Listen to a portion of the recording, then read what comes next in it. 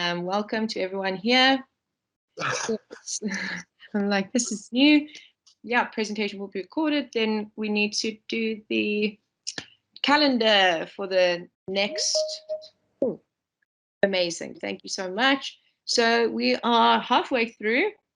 We have how to speak data for data management professionals today. Tomorrow is the CDMP Q&A. It happens every Friday at 10 a.m. If you would like to join, if you're thinking about certifying or writing one of the specialist exams, this webinar, this Q&A is essential for you. It's really great. Veronica Diesel, the educational director, she will take you through the path of certification, and you can get to know the ins and outs of all of that. Then the CDMP refresher has been moved to April. And then on the 28th, we have Women in AI. It's attracting women to AI and STEM. That's going to be with the WAI professionals of Liesel Engelbrecht and Dr. Natalie, I've forgotten her surname. But yes, they are some great inspiring ladies from Women in AI.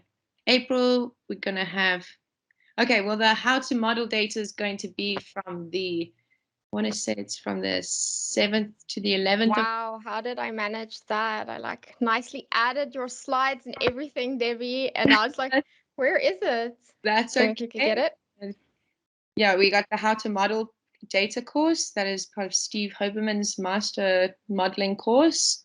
It will be over 3 days with Howard Diesel. If you'd like to learn more about data modeling and if you want to write or just help out with your day-to-day career. And then we will have the data management for certification with Veronica. If you want to start the CDMP certification process for the data management fundamentals, that is going to be from the 11th to the 14th. Yes, that is the training we have next month. And I don't know if I'm missing anything or if I can hand it over. You can, and I'm going to paste those things in the chat. So if anybody is a visual learner, those dates will now be in the chat. Yeah, thank you all so much and looking forward to the discussion. Over to you. Yes. Okay, Esti, so I don't see the.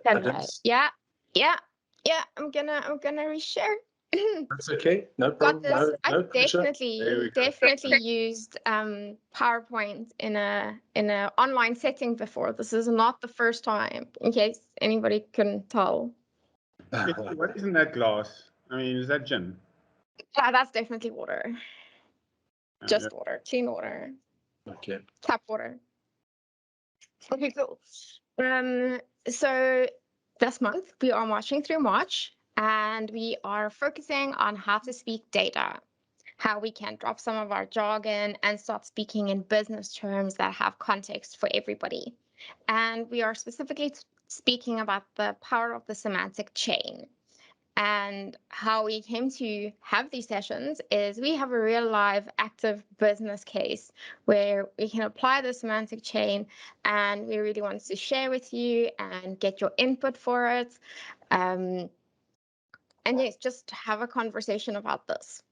So that's the intro for that. Then Howard, I'm going to hand over to you for the essential concepts. Okay, fantastic.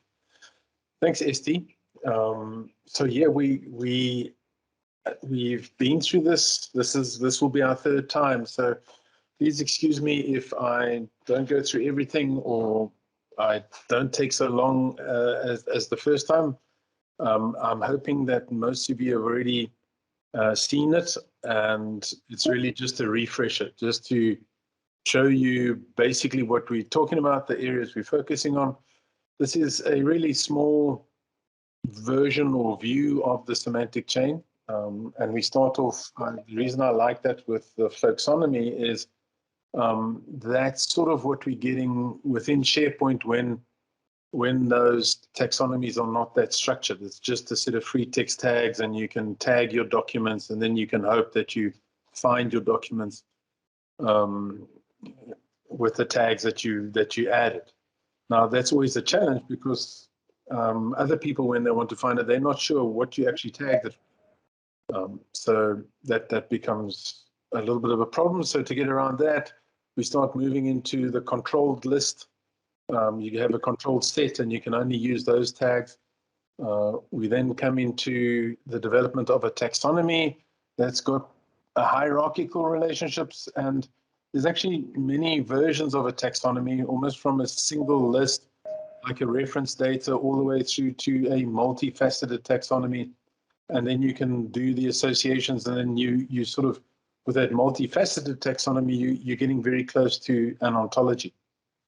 And then we go into the ontology, which has predefined classes and properties and certain roots and different ways of linking it together. And with those ontologies, we can add that to a graph database and almost allow us to connect our data to the ontology. And then we get knowledge graphs, which we certainly find really exciting in terms of being able to review our data and to link our data to the metadata that we've provided and all the effort we put in building the ontology.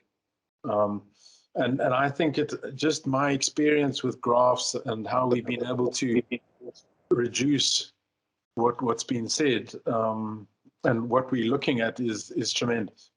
So I think it's a very important thing that we have to adopt and understand and start to work towards. And it's good to see John O'Gorman on the line.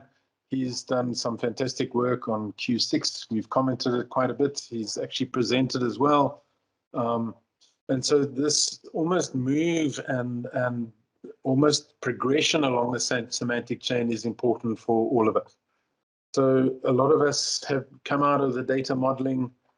We've built taxonomies in terms of lists and things like that, but not many of us have moved into the ontology world. And it would be great to see, other than John, which is doing some fantastic work, are there any of us, any other people that have built an ontology and started to work with it in the knowledge graph? If you could put your hands up, I'd love to just chat to you about what you're doing. Anybody working in the world of ontologies? Okay. Is there anyone here that has no idea why they should even look at ontologies? Maybe if I turn this one around, who really doesn't understand the value of ontology? And I think it's been a really nice journey with Kayleen. There's a few, Martin. So there's been a fantastic journey that we're walking with JG and Co. The company called Fulcrum. They are the ones that have been working in the sustainability area. And one of the challenges they faced earlier on are these multiple taxonomies that are published by different bodies across the world, around the world. SASB is one of them, and there's a whole list of them that JG's presented, and I'm sure you'll review it again. And it's not easy to codify or bring these ontologies into almost your typical rectangular scenarios, because you have to constantly pivot and change your view of the data that you're working on and continue to add more taxonomies as they get developed and ontologies. Interestingly enough, when we talk about some of the ones that they mainly talk and express these as taxonomies, not ontologies. Kayleen, does that give you a little bit of a description of why you'd want to use and make use of ontologies within your business?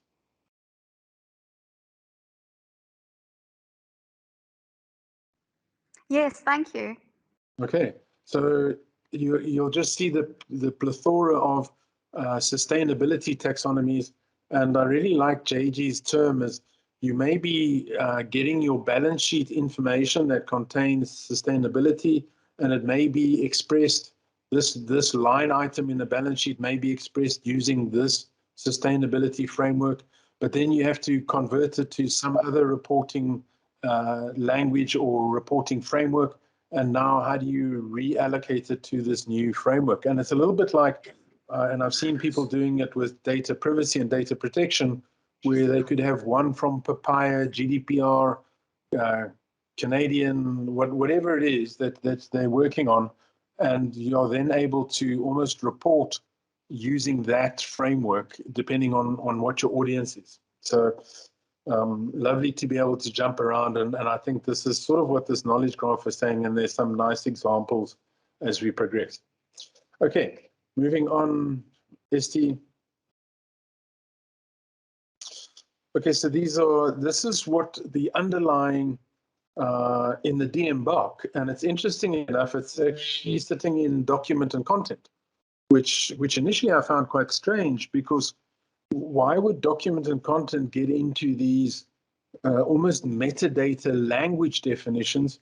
I thought it would be probably better placed within data architecture or metadata, but document and content seems to own this area at the moment.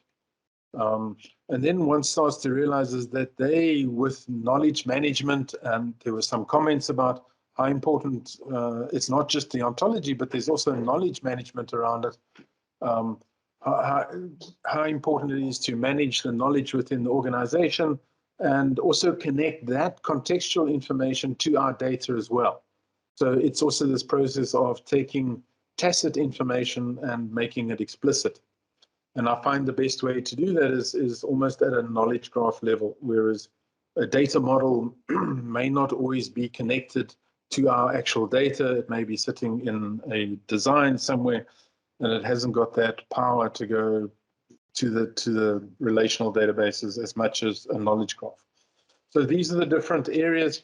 I liked one aspect that I've really found powerful is the idea of a micro-controlled vocabulary, and you'll see a little bit now in terms of how we do that, but then that's also well applied to the sustainability environment, where each sort of entity that is set up a taxonomy, we can call that a micro-controlled vocabulary.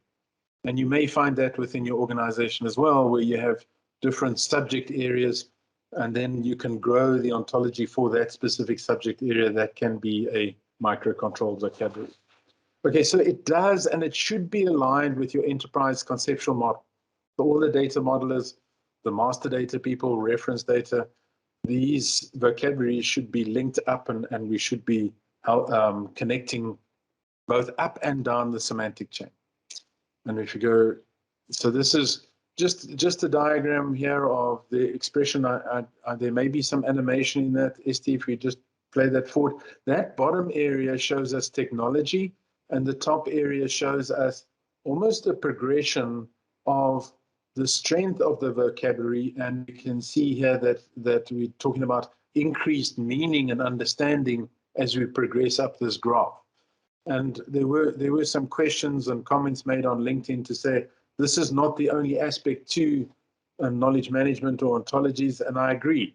But what I am trying to show here is first of all, how important it is for us to keep on improving our semantic clarity that we have with our data. And it's also good for us to recognize that the enterprise data models only go so far. And there's still room for improvement.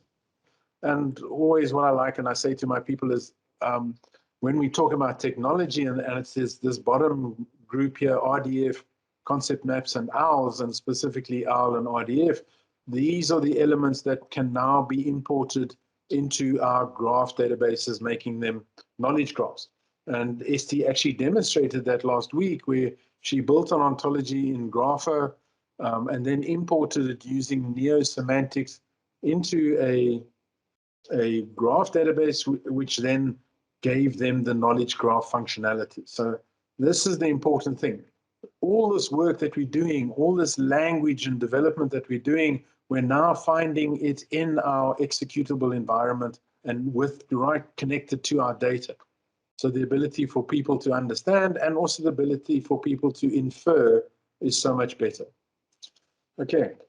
ST, if you keep going, I don't want to spend too much time. This was just an overview of how you can separate your ontologies. I love presenting this example to people, and it really blew my mind the first time I saw it. Was, oh, okay, this is how I'm going to be able to extract all this information out of the document or the corpus and start making sense out of it, and especially for machines. So I can now start querying what these documents are all about. And so now we're getting what we refer to as meaningful knowledge. which is fantastic. Okay. All right, so then there's just some examples, and we'll go through this again. But so this is what we refer to as a multifaceted taxonomy. Just a quick view. There we can see region is a taxonomy on its own, and it's got a hierarchy. We've also got products that has a taxonomy, but then a laptop is made up of components: CPU, screen resolution, weight, and battery life. Okay, so it's not just a hierarchical structure. We have the ability to associate and relate taxonomies together. So you can have a whole subclass of CPUs and you can model that. And just as we're talking, you can see the progression on the right-hand side where this is an ontology, an example of a vehicle ontology that helps us to infer anything that's written about models, car models. And here's almost a very simplistic example that I got from Top Quadrant. We're on the left-hand side, we're seeing the ontology. On the right-hand side, the instance data, we're seeing a property graph. And when you connect the two together, you're now seeing this knowledge graph that has come about. So this is a very simplistic explanation of being able to understand what all these links are in a graph database. And I experienced that firsthand when we brought in thousands and thousands of balance sheets within the central bank or the people we were looking at, and it was just one big noise and mess that people couldn't understand what was going on. And then what we did is we applied an ontology, and we were able to filter, and people could ask questions, and we could understand relationships. And then all of a sudden it went from this massive data, just we called it the flying butterfly, where all you could just see was these nodes moving around, to something that we could develop insights from. So I think it was really powerful to be able to then filter down to specific relationships expressed in balance sheets that were reported to the central bank. Okay. Going on, then we can have multiple ways. A node can fit into multiple hierarchies. I find this, I'm using this a lot in terms of data catalogs, where you could navigate in what you understand. So you may be coming down from an industry point of view, or you may be coming down from a specific sustainability point of view, and how do you get to the line items that you're interested in? And then going forward, one more, ST. Okay, thank you very much. So that was just an introduction. Is there anyone, Kayleen, I see your hand is still up. I'm assuming that's an old hand.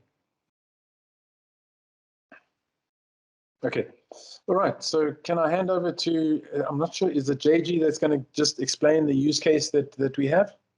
I'm going to super briefly go through the use case. Okay, fantastic. JG, feel free to add if I'm missing something. Carry on, ST, or all good, thank you. Okay, cool. Hey, so just what we are going to speak about. Going to go through the solution overview, the data professional journey, and then working towards the ontology. And I just as a reminder for what we are working on during these 4 weeks is we are working with a sustainability use case. So sustainability has really gone a lot more mainstream, and a lot of different businesses are looking into it, seeing how they can leverage it, how it can help them, how it can help others. And in some of the previous sessions, we can discuss about it later as well if there's still time, looking at the different frameworks and the differences in grain and overlap between the different frameworks and the concerns that these cause for us working with them. For today, we are going to work with the data professional specifically, and we are going to start with a story. Very nice for semantics. Paul, would you like to go through this story slide?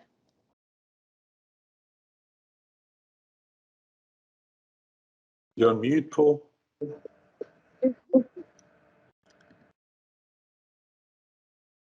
On mute again. Oh.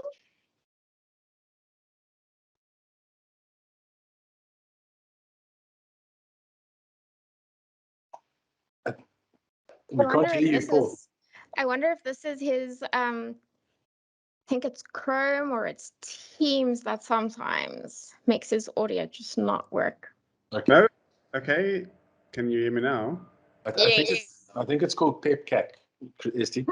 Yeah, I don't know. Somebody muted me before, so I guess I deserve that.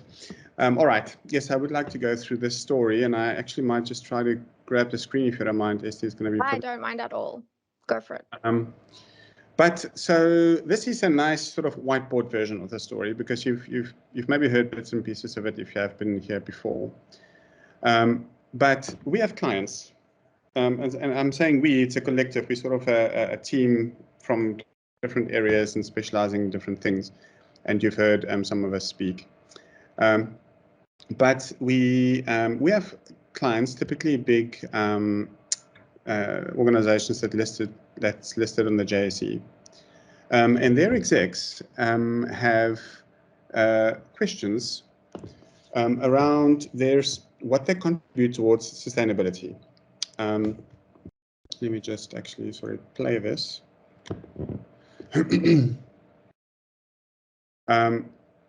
And it's important for them, not only from a reporting point of view, they need to, with each of their annual reports and so on, they need to report on what they do with, in terms of ESG, environmental, social, and governance structures. And so it affects quite a lot of their business. It's directly linked to the investment attraction, for example.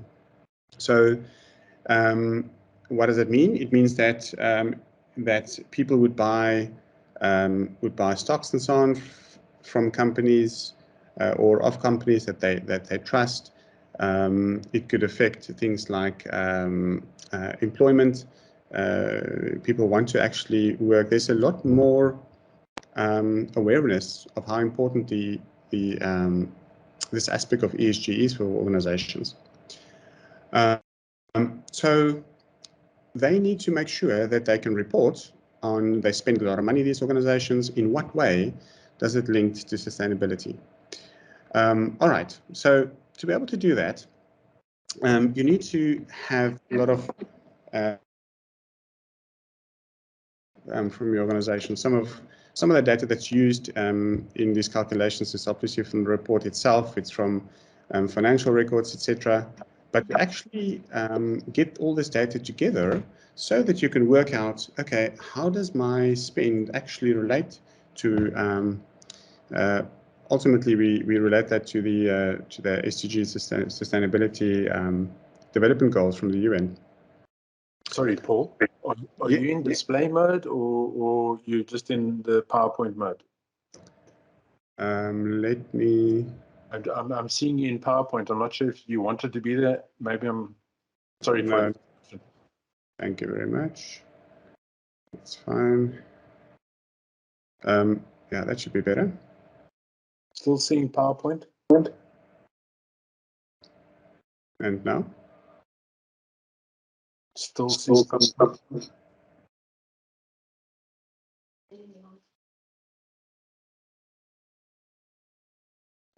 We are really not having a Teams sharing and PowerPoint day today. No, indeed not. You know, something like this happened to me as well. What do you see now? Presentation mode. Big white screen. I wanted to see the animation go. Yeah, I didn't have time for the animation. That would have been cool. All right, anyway. So what you need is, once you have the data, you can work out how well you're doing towards spending towards the SDGs. But what you need is some cleverness. And that cleverness is hard to come by. And in our team, we've got cleverness. And the cleverness includes knowing what data to actually collect and how to actually link it back, map it back to sustainability goals. And this is the unified value framework, as we refer to it internally. Once you have the data and you know how to map that, you need to actually push it through our solution, which includes obviously a database to store this in. Now, I might be saying the obvious here, but the initial versions of this thing wasn't run from a proper database. It started with like all good things, spreadsheets. And so part of what we brought to the table as a collective team is to sort of bring some maturity to the process, run it on proper infrastructure, and build a proper solution on it. Now, for those who have joined these sort of meetings for a while, you might have remembered, or you might remember some talks by Francesco Pipini. I think he did, was it the data modeling webinars, Howard, or was it? Yes, that's correct. The ins and outs of data modeling, yeah. Yeah, he did a couple of talks there, and we actually use some of his design patterns, the universal star schema, in the solution. Anyway, so we push all these things through the graph, through our the data and so on. We apply the cleverness, we push it through the solution, and we come up with very nice graphs. And these graphs basically show the decision makers how their money was spent, what was intentionally spent towards sustainability, the various sustainability goals from the UN, and we can even show very nice sort of graph to show you where most of your money went, how does it stack up, and you can also then go and compare if the executives thought they actually spent a lot of money on a particular area, like for example gender equality or the environment from an ocean perspective. There's a couple and there's 17 of them. They often think that they spend towards a certain goal, but they don't, and we kind of bring those things up. And those graphs are the result of some of the cleverness coming from this side and the data being pushed through the solution. This can then be used, the insights that the decision makers now gain from this can then be used to adjust their spend, and it goes back into the cycle. So that's the sort of Sunday school version of the story. And it's a lot of fun to work on this project, I must say. Really, really great guys and girls working on this, bringing in their various aspects. Now, maybe by this time you've heard this story a couple of times. JJ had to really repeat the story for me a number of times before I really got what he's saying. And maybe in this case, I won't put the blame on JG. I would blame it on myself. Normally I would. He is the customer from hell after all. Anyway, it's a lot about understanding the business. So from a data professional point of view, we often, once we start to write solutions and so on, we often get thrown into the deep end. We are bombarded with terminology, technical details, not technology technical, just technical business details and so on. And we're often lost, or at least I am. And one of the things we need to do right from the start is just to understand, what are these people speaking about? When they use certain terminology, what is it that they're saying? Can I venture a bit off from the previous slide as well? Almost on that, I'd want to give a shout out to Rob, who also reminded us last week of the business value and the focus on business, and then just really reminded me again about this focus on business. Even though we're working on cool stuff, we need to solve business problems, and what is core and important to them might be different than what is important to us. And priorities can be complicated. Yeah. Go for it, Paul. I've now interjected, and you can now continue with your story. That's good. No, thanks for that. It's a good link in. All right. So if you have heard me speak before, I really like Achi, so I'm going to have to bring it into this presentation as well. We started off with a basic Achi model just to get we call it at one point the business on a page.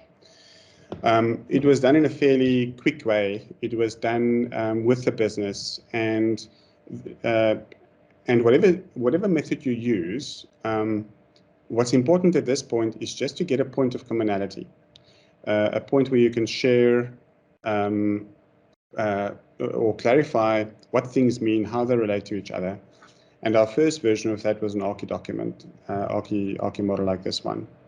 What's cool about this kind of modeling is you can do it quickly. It provides common understanding, but I think the biggest value is that it's quite different from proper data modeling, because here it's easy to include examples or indicative samples of what you're talking about. So you can't maybe see that, and it's sort of small on purpose, but this is a block for the governance frameworks, for example, and we've got a few listed there. SASB, Howard mentioned that, BE, the World Economic Forum. Now, those are just, what made this useful is because we can drop those examples in there. When we look at now, if we look at the work governance framework, we immediately kind of know what we're talking about. So it's not meant to be exhaustive, it's meant to help the conversation along. However, at some point, we need to become more precise. And we've then created proper conceptual model. The business rules. So we added this, and while we did this, we also added the definitions. So we used Ellie, which is, I think the guys from Ellie actually presented a couple of months back as well on one of these forums. What's nice about this tool, it's a combination of a conceptual modeling tool and a business glossary, and that you do it sort of in one. It's nice because you don't just list terms and the definitions, you actually can show how they relate to each other. All right, fine. So now we know how the main terms work in the business.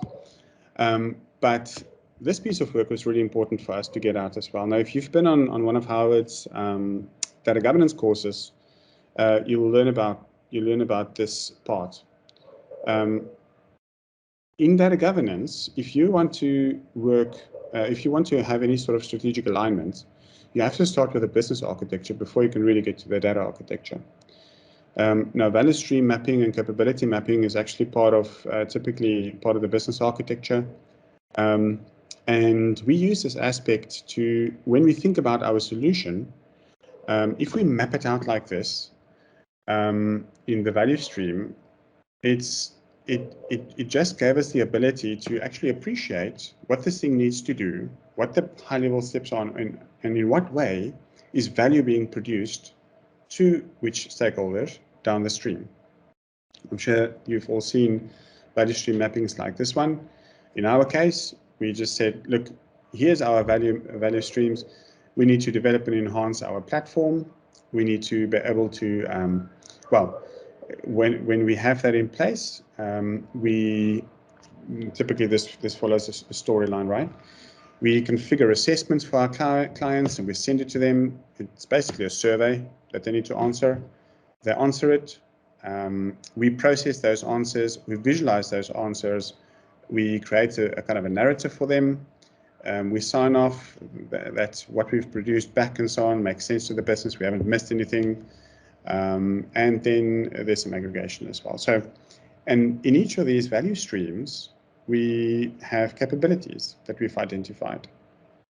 So for us, for example, to be able to process an assignment, well, we need to be able to ingest the data sets that's coming back to us.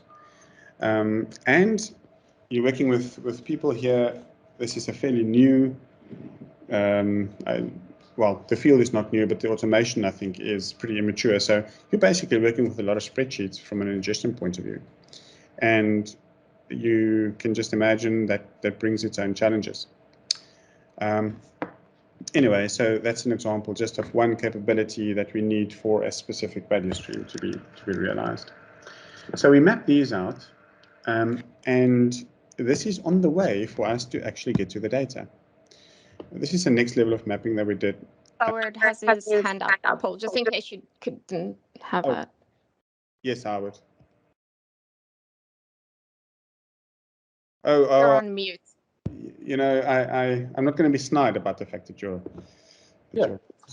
Okay, so I was just wondering whether you guys were considering connecting or extracting that using XBRL. So I get that you're using Excel at the moment, but could you not go to the standard reporting format from accounting systems using XBRL to make it less manual, less and more automated?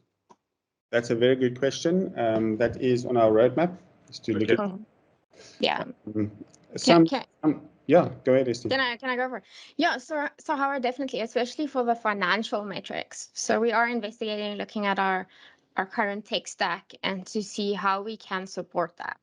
Because ideally, if the business has already supplied those type of values for a different report that they have to do, so let's say, for example, for the JSE, it would not be great for us to ask the exact same data again.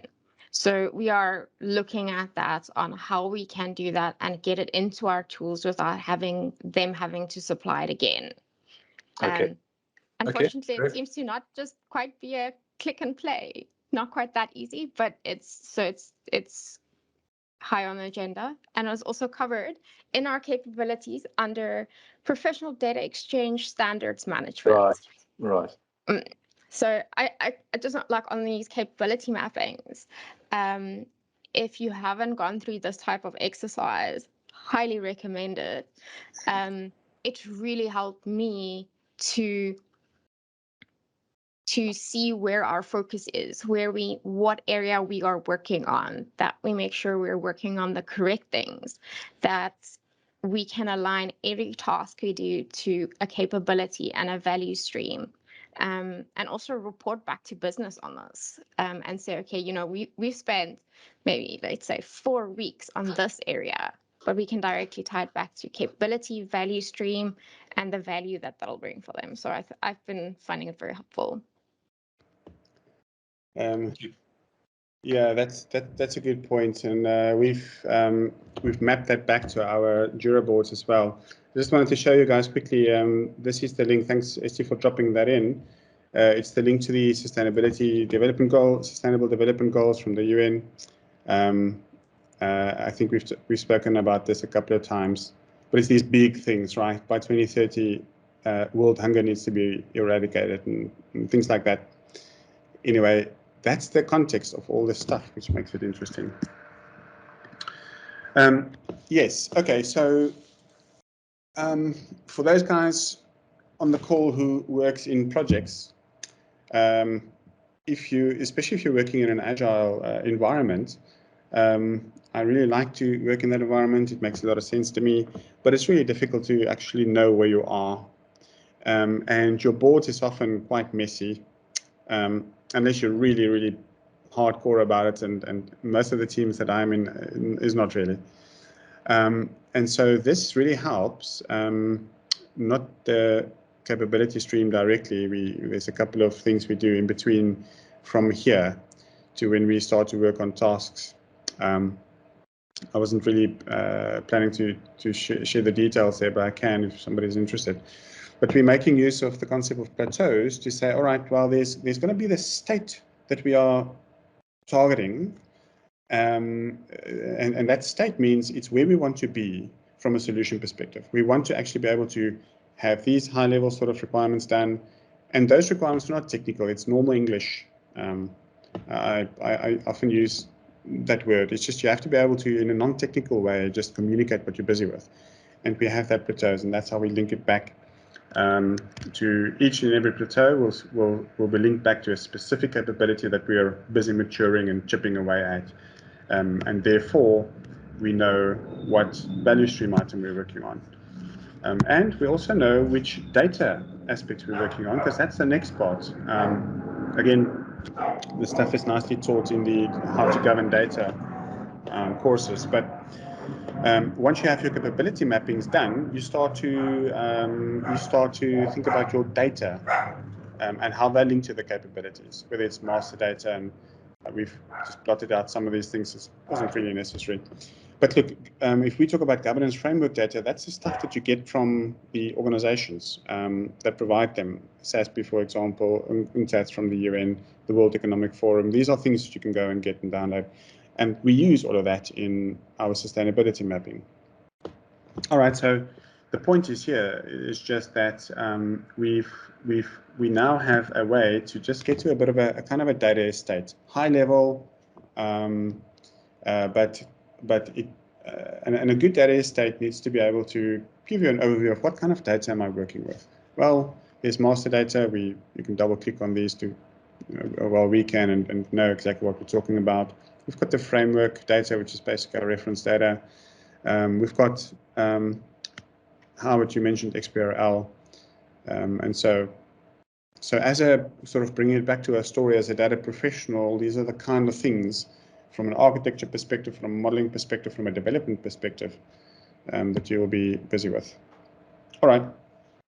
So just bring this one again in, because this is such a helpful slide, and it has been a couple of times. Every time I look at this, it's like, okay, yes. Now we remember again what we're trying to achieve, where we're moving to, right? We're moving towards ontologies. We started with glossaries and LE. We started with models. We have controlled vocabularies to an extent. We can always improve on those, but we want to get to those points there. Now, all right. So, for those of you who've been on last week Mondays, was it Monday, Esther? I can't remember the previous. Yeah, it was Monday. Well, the modeling one was Monday. Modeling was Monday, and the citizen was on Thursday, which, yeah. Yes. That's right. So what's really cool, if you do your things in Achi, they've just released, actually it's not an official release, it's a open source plugin that somebody wrote, where you can export your Achi models into a database. And there's a couple of options to choose from, including the normal relational, the normal usual suspects, SQL, Oracle, etc.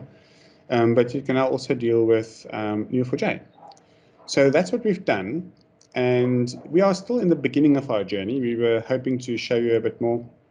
We actually wanted to include a few other imports, but this worked really well. If the ontology, the thing we are aiming towards, is going to be a data store of sorts that brings a lot of different things together. Data from our models, data from our data, metadata, maybe later on physical artifacts. Then you have to be able to take it one at a time, which is where we started. And we started with our models and we brought that in. But even just if you have this, people often think or say, and I agree with them, Archimate and a lot of these modeling tools really is great, but there's only one or two or three, however many architects and modelers there are, they think it's cool and other people can't really get to it, so they don't think it's as cool. Getting it into a database like this, look, this is still technical, you need to still have a view on top of this. But now you can start to do some analysis and actually start towards moving towards all kinds of insights that you can ask from a graph database that you couldn't do before. This is just an example of what Esty did. Is she's taken the value streams and plunked it down here. This is from 1 to 8, and all the capabilities linked to that, and then we've got the data linked to that. And you can traverse these graphs and actually spend a lot of time here and get lost in them. And you can yes. Can I tell you with the previous one as well? Like, so an eventual idea for this that I think would be awesome. We are not there yet at all, but with this capability map, to be able to say where we are spending our time, for example. So if we can link this almost ontology to data from Jira to say, okay, in this specific capability, we are spending 4 weeks, or we are spending this amount of hours, or a very specific how that time we're spending or the amount of tasks, how it's distributed through capabilities, can also then help data managers to motivate for additional roles potentially, to say, okay, actually, based on the actual data, we are spending a lot of time here. Maybe we need somebody to focus on that area because it's becoming a bottleneck. So I think it would be very cool to overlay Jira data on this, and then perhaps with the size of the circles, show the amount of time, either time or number of tickets for it. Yes, Howard? Yeah, it's a great idea you bring up, and there's actually a really nice thing on project management visualizations, where they look at time spent and almost the activities and the effectiveness on there. And a lot of that is displayed in terms of the path that's been taken and the work effort that's going on. So a lot of the representations, and I've applied it in Power BI, and there's some really nice visualizations like this onto project management work that's helping project managers see what they're working on, where people are going, and the routes people are taking. Oh, that's very cool. That is very cool. Nice. Okay, and so some of the other things that was useful for us to just sort of play with is the word activity or activities is an important term that's being used in our solution. So if we just ask from the database, if we ask, okay, so what kind of things do we have that contains activities, for example, the word, and we can see there's some business objects, there are data objects, there are business events. These are types from Archimate. So each of these things are types, and you can then click on just on the business objects and you get filtered down. And you can also see, we just looked at this immediately, ST9, and she asked, why, what is that? That's a specialization onto itself. That's probably a mistake. And those kind of things are fairly easy to make in Archi, because the whole point of any repository-based modeling tool is the fact that you create relationships and they keep it so that you can reuse it in other models and so on. So you might actually want to show some views with objects not linked, because it might make it messy or whatnot. I do that often. But then sometimes you get sort of orphan, not orphan, maybe invalid links and things like that. Also, there's some weird things down here that's not connected to anything else. That's probably a problem.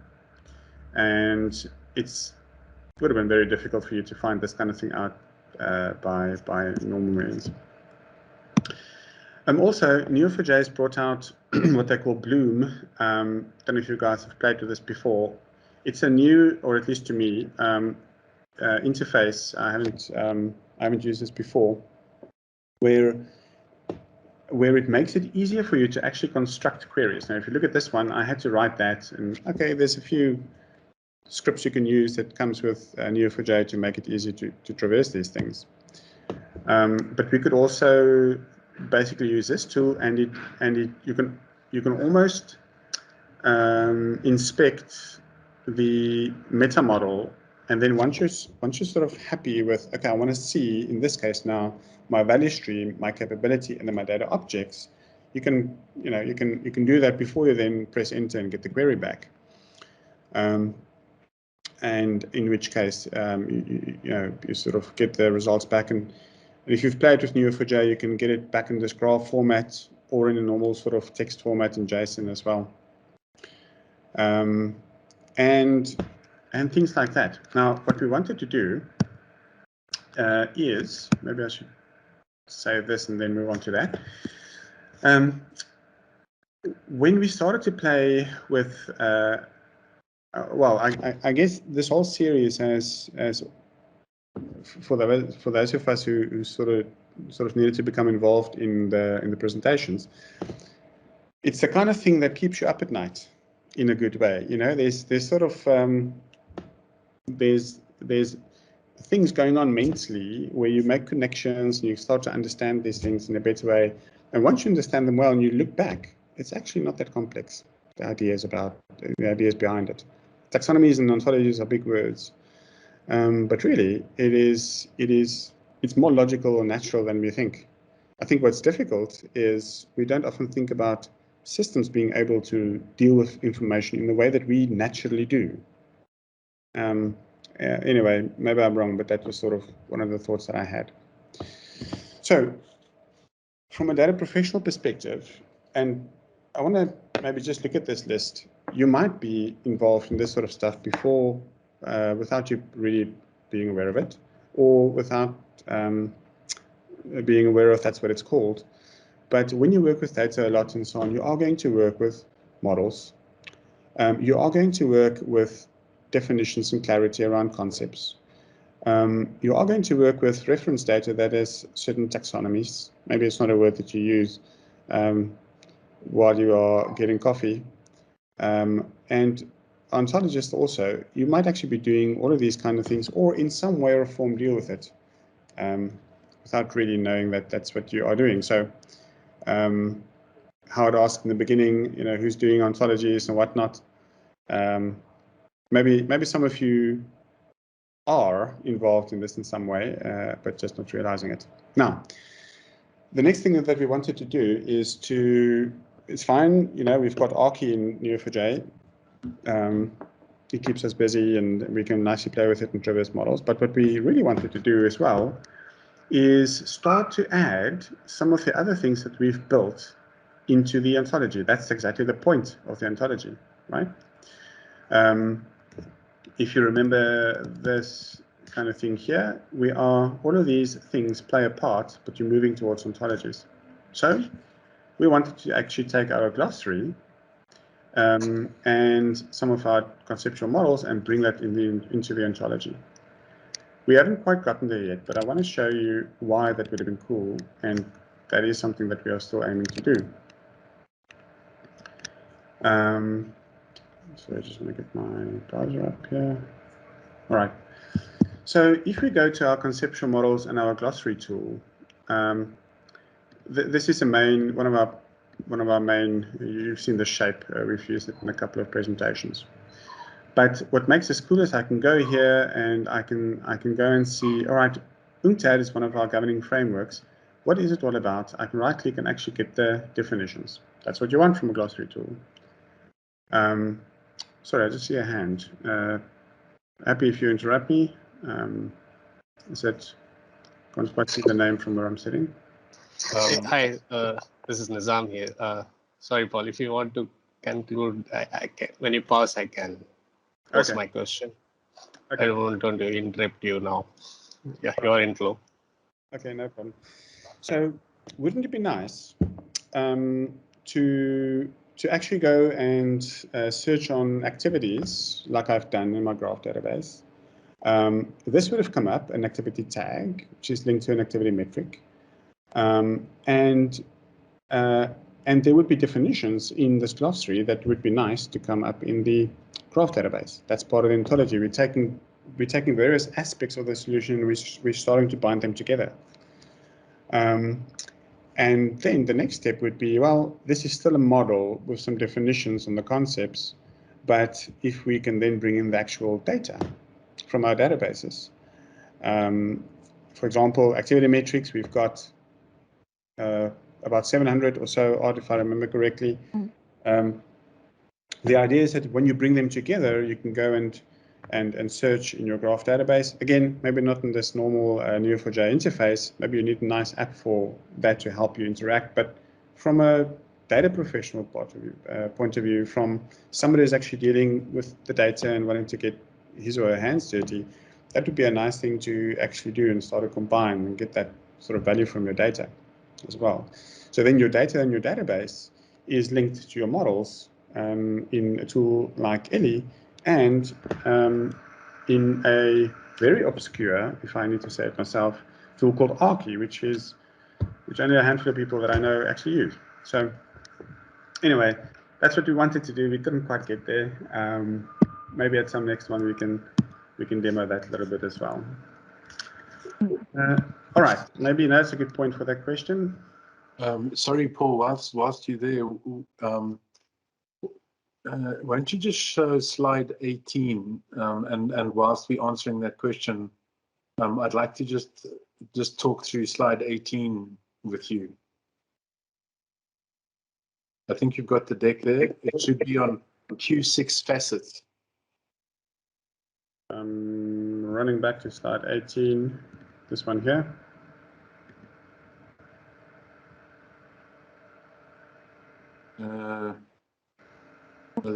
It looks like it's about 22 on the deck we're currently using. Yeah, and maybe 22, Paul. I know it's hidden, so Oh, it's hidden. Yeah, this one. Here we go. So if you wouldn't mind just showing those, and then let's answer the question, and then we can come back to this.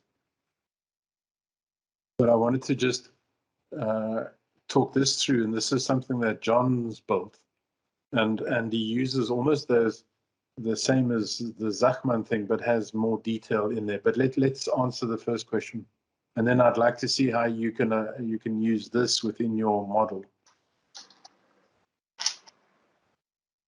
Cool. Can we have the question? Yeah. Thanks, Paul, for your time. Yeah.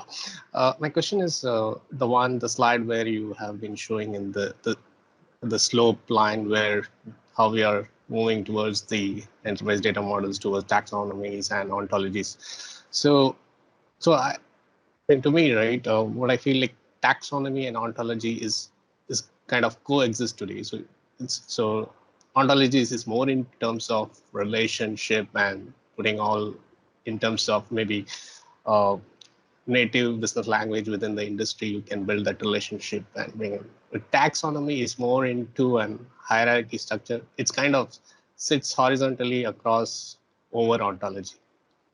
Can it coexist together, or we tell that ontology is just super type of everything? So maybe I can answer that, Safuden. If you look at the DMBOK, and I just want to talk from a DMBOK, they actually really just talk about a controlled vocabulary. And these are examples of a controlled vocabulary. And when they talk about taxonomies, they refer to that multifaceted taxonomy. And initially, a lot of people just see a taxonomy as a hierarchical structure of categorization, categories that we can apply to our data. But when you bring in the multifaceted, now you've got associations between hierarchies. So a facet could be a micro-controlled vocabulary just describing a hierarchical structure within an area. And then you have connections between these facets to build what the DMBOK refers to as a multifaceted taxonomy, which then looks exactly like your ontology. So most of us previously to studying this, we just saw it, a taxonomy is a hierarchy. This, a credit card is a product, is a banking account, which is a product. So that is a hierarchy structure, but also the ontologies can do both an association and aggregation relationships between nodes in the graph. Does that answer your question?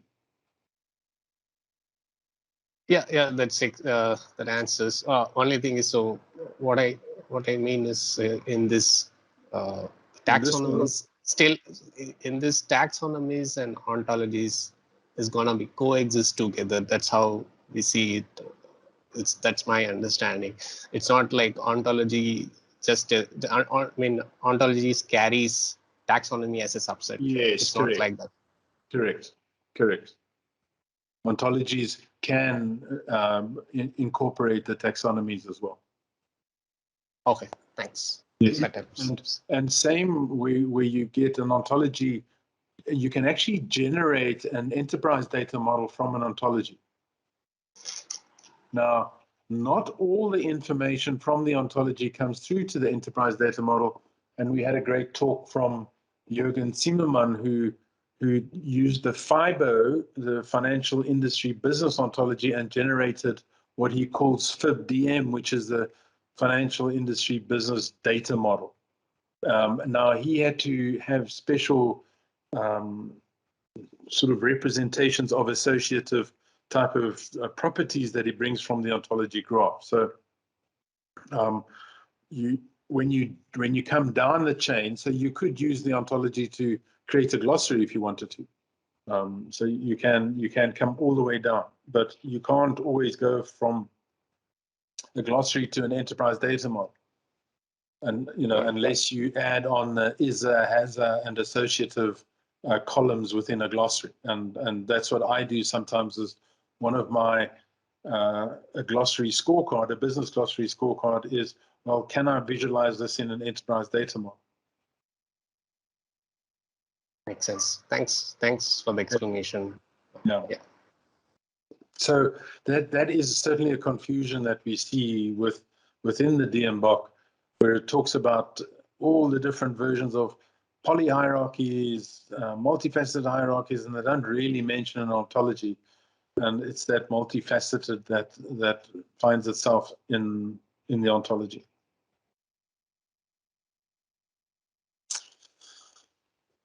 Okay, great. So Paul, this was, and I was quite interested for you to have a look at this. I'm sure you've seen it. You may have seen it when John presented it, and use this also as that sort of tagging and structuring of your Archimate model. Yeah, and actually that would be fairly easy to do because of Archimate. I mean, it's a structured language. Yeah, yeah. Yes, and so, you know, it would be cool and easy to take, for example, all the roles, the role object, Yeah. within Archi, and you make that a who. The events would be maybe a when. An event is a how. Can you see there's a how there? That's right, a how. Yeah. A what would be like a data object, you know, so that would be fairly easy to do, yes. Okay. So just, it's John O'Gorman here, Paul. Hi, John. Hi. So just one quick, one thing about the classification. A role is associated to a who. Yeah. So yeah, so customer, the word customer by itself is classified as a role. And then you associate that to a person or an organization. So it's a little different than the classic way of saying, well, customer is a type of person. So the discipline here is that when I have a string, and like John O'Gorman, I classify that string as a person, period. I give it a class and I give it an ID, a GUID or a universal ID. When I come across a string like senior business analyst or data architect or whatever, I put that in the role bucket, and then I can associate. So I can associate the role of business analyst to the person John O'Gorman. Yes. So the nodes become they're super granular, and I think this was mentioned in the last presentation about grain. Yeah. So if you stick to that discipline and say the super granular part, say that every piece of business language, and just by the by, I really, really like the approach that you take about learning the business language first, and you know, formalizing those in Archimate and Archi, and going from there, because it's a really, really critical piece. So yeah, each of those colored blocks represent classes of nodes. And then the associative part basically knits them together. That's kind of going from the controlled vocabularies to the fact tables. Right. So you can also, if you were building a graph of my stuff, you could go from John O'Gorman, business analyst, Calgary, Alberta. I might have a digital thing called a resume or a CV. Okay. And so I can connect those, and the actual CV, the digital thing, is actually an instance, or it's a standalone document with a use of CV. You know what I mean? So we're creating all of these facts and stuff from the very granular pieces, and then rolling them up into an enterprise data model, into not necessarily taxonomies. You can create taxonomies and ontologies. If I was to make a suggestion about the arrow, and there was one other slide that I can't quite recall, but you can go the opposite direction and take an existing ontology, like one of the ones you mentioned for sustainability. Yeah, and SASB, SASB. Yeah, and you can deconstruct them using the same principles of classification, so that and there was a really interesting article on LinkedIn about why this is kind of an important technique. When you deconstruct them and put them in control vocabularies, and then roll them back up together, now you have a better chance of integrating the different frameworks that your presenter last week mentioned, Howard. Yeah. Because there is going to be some overlap, obviously, because you're in a sustainability domain. There are going to be some overlaps in terminology, right? Yes. But the neat thing about a graph, knowledge graphs, is that you only really need one common node to link a part of a graph created in SASB to another part of a graph created elsewhere. Yeah. And now you have the two graphs in the same space, if you will, and all of the nodes are classified exactly the same way.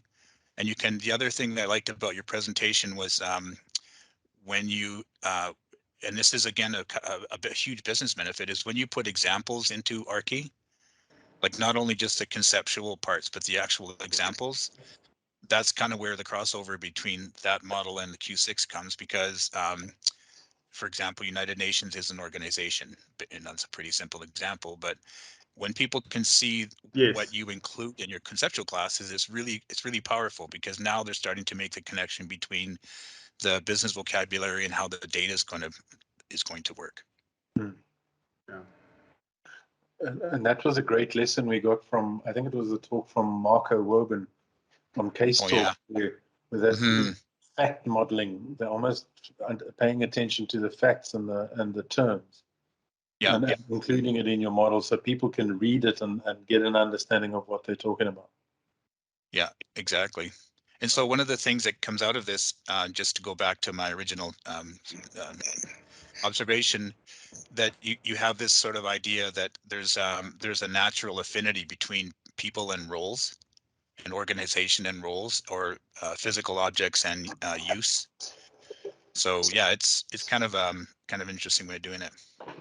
So John, yeah, so you've got you've got the party, and you're right. So the party would be a named thing, an instance almost, which is connected to the role that you define.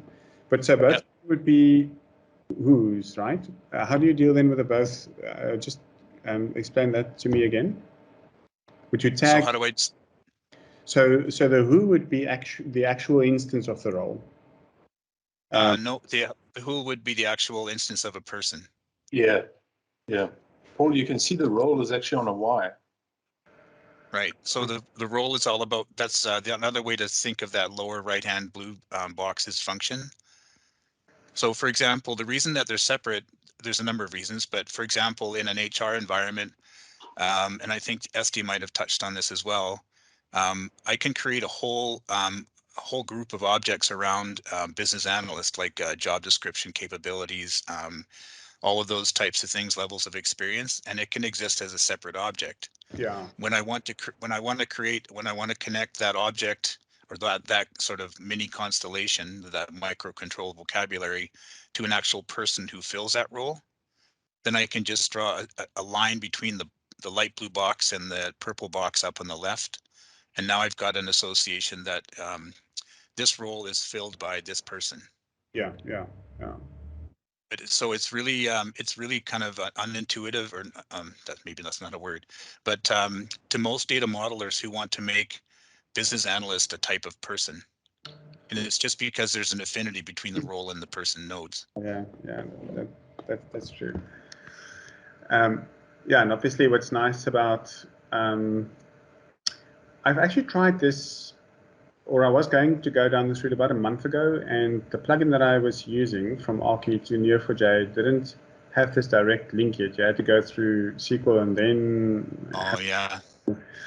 But it actually did pick up. You can choose whether you want to use the type relationships from Archi, like these associations or assignments or whatever, or you can actually you can go another route as well, which we haven't explored quite yet. But for me, I mean, that's part of the power of Archi, which is a type language. You can those things that you're saying right now, you can be quite nice and explicit about it.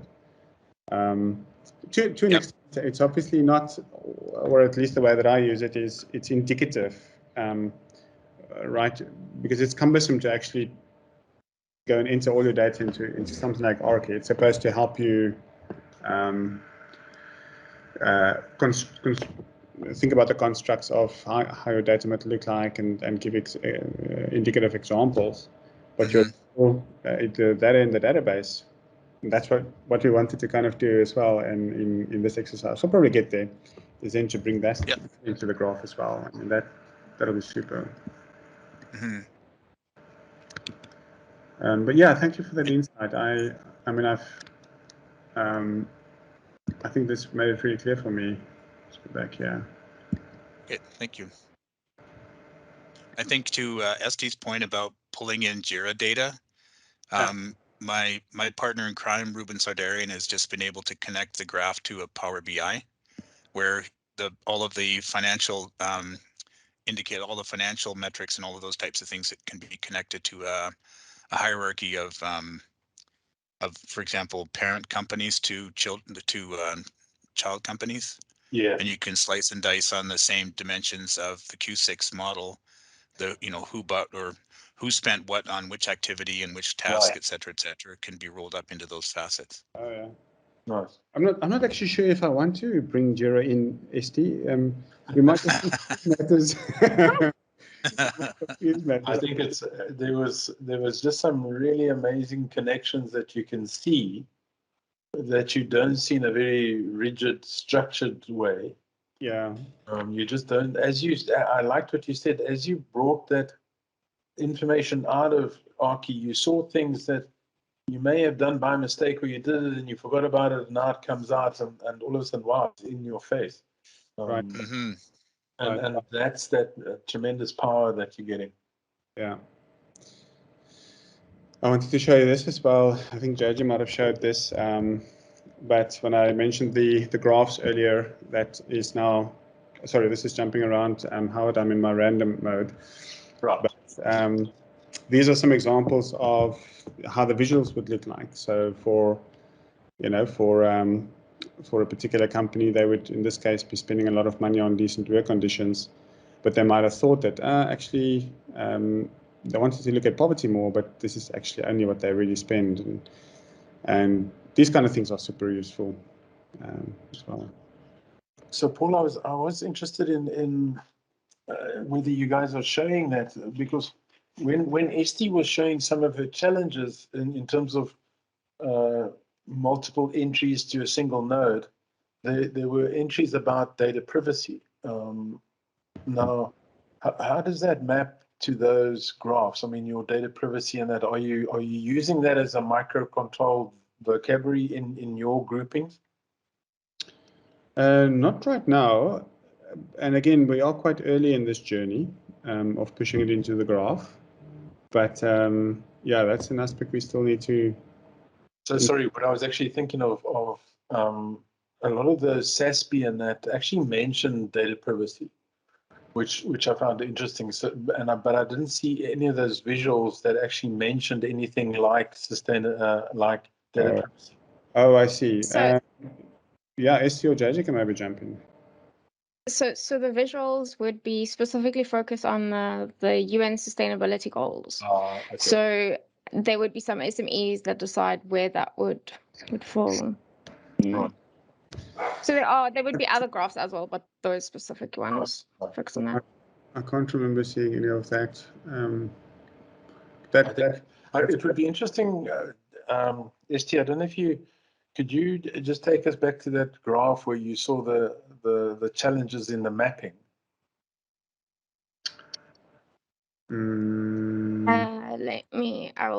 I'll tell you now what page that's on. And I was interested to hear, when John was talking about that grain, and I think what you were saying, Esti, was that you had a code, and within the code there were 3 elements to the code. Yeah. So slide 50. 15? 50. Okay. It's also a hidden slide at this point.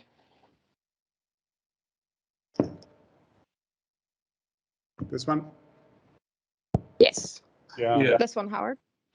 So I wanted to ask that. So there it is, data security, and this is basically data privacy, data breaches, and STU kept on referring to 3 elements within the code of FNCB 23A1, but now she's got 1, 2, and 3, so that almost those numbers are rolled up into, there's 3 numbers rolled up into one code. That was the challenge you were facing.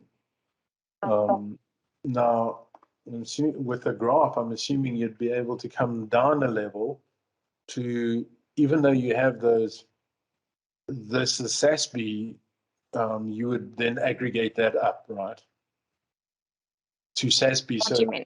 it would Oh, be yes. it would be line items on your balance sheet, and you would then be able to group all of those line items that relate to any of those metrics and then roll it up into the SASB code of FNB CB230A1.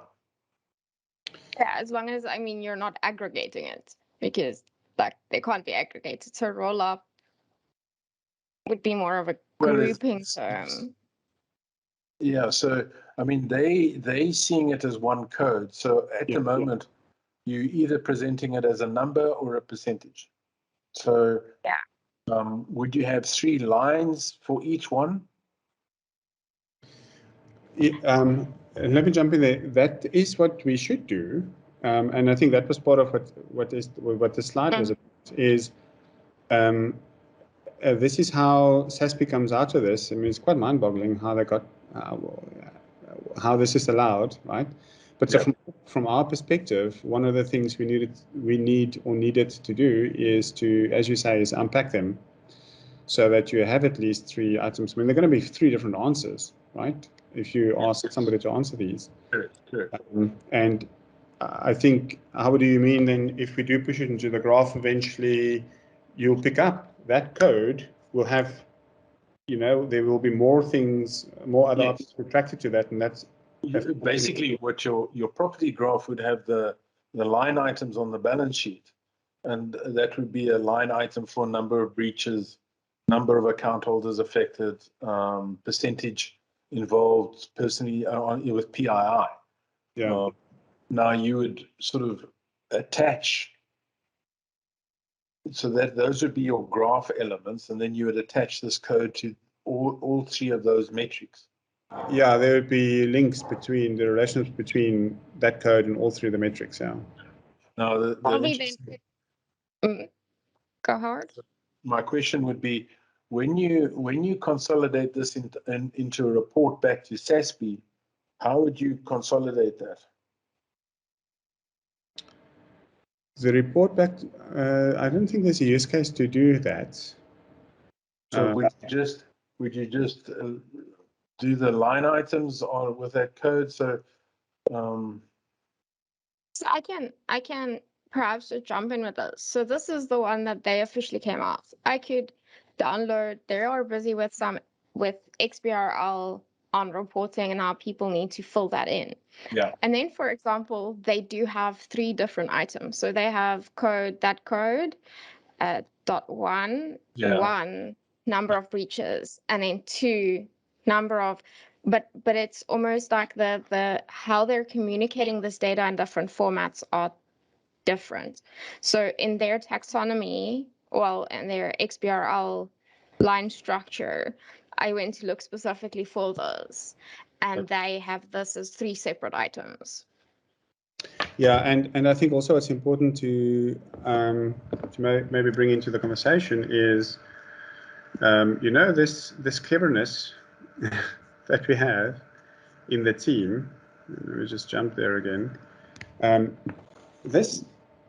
The actual IP around how this mapping works.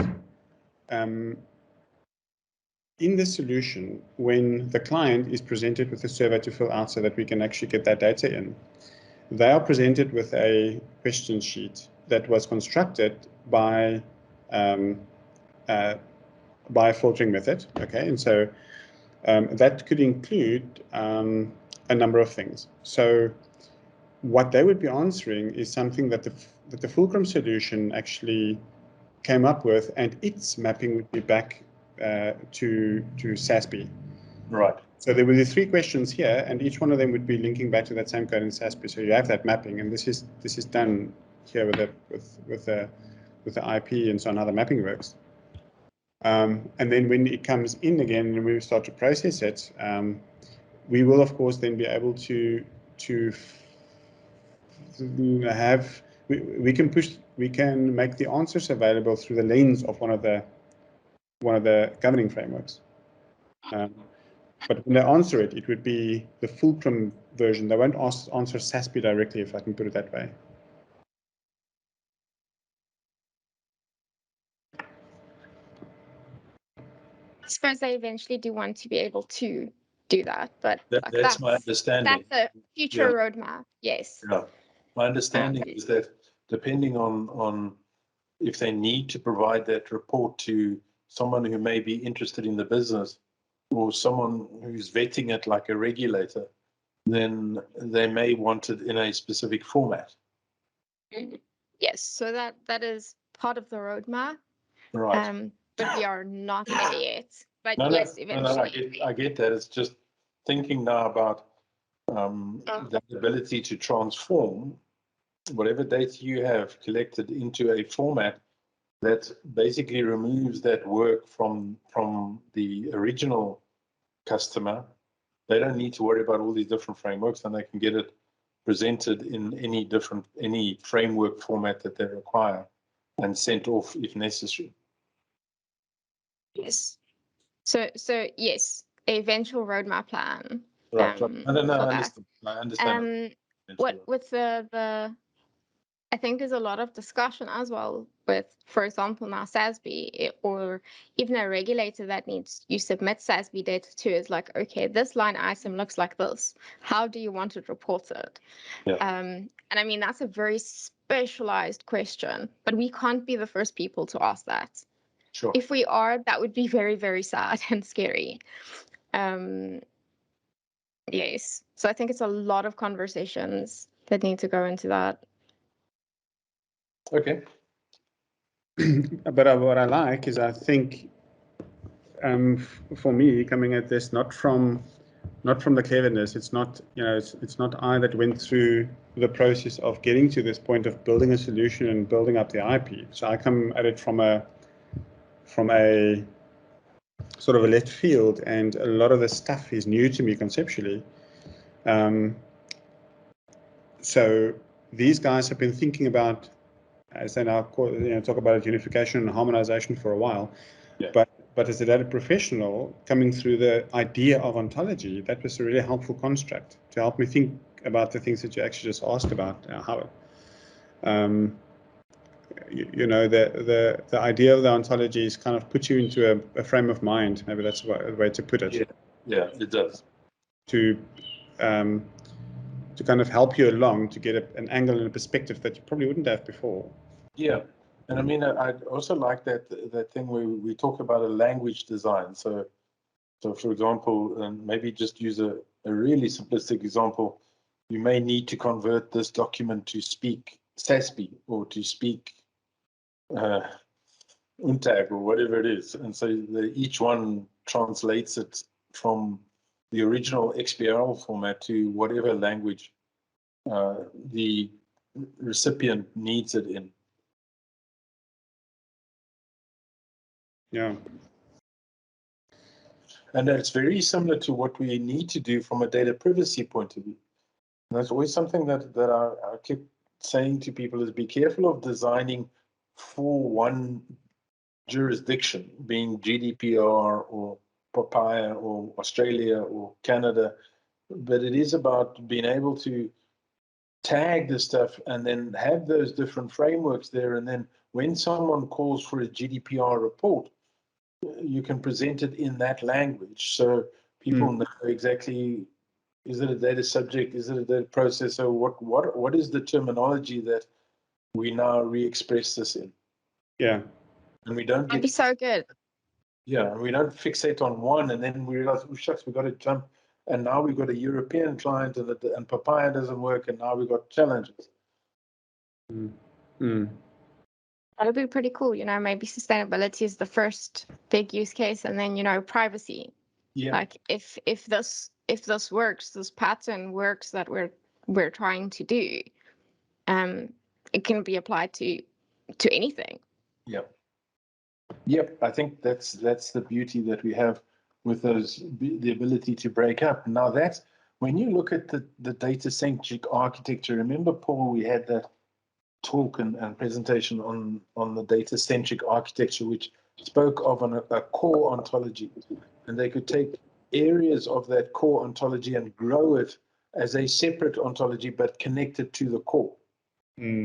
So you'll have your core, and then you can then go and look at credit card in detail and break it up, but then it can always come back to the core, which means it has that way of keeping the base simple, but allowing you to extend your languages as you need the language extended. Yeah. That'd be pretty cool. Fantastic. I think we almost half an hour overdue. Are they? Yeah. Think global, act local. Yeah, especially in enterprise data models and data warehousing and that. Good comment, Patrick. Any other questions? Paul, is there anything else you'd like to share? Thanks, ST. Thanks, Paul. Thanks for the preparation time. Yeah, it was fun. Thanks, Howard, for this platform and the way that you are gently and sometimes more forcefully pushing us into these positions. We appreciate it. Yeah, it was good. Would I do that? I thought it was JG that was pushing me. JG, he pushes, but you do something else. You nudge. Sometimes you shove, sometimes you threaten. I mean, there's a whole lot of things that you can do. But anyway, it was fun. So thanks for that. And if there's no more questions, then thanks everybody. Let me just terminate the recording. Otherwise, you might have a 17-hour long recording Yes. on OneDrive.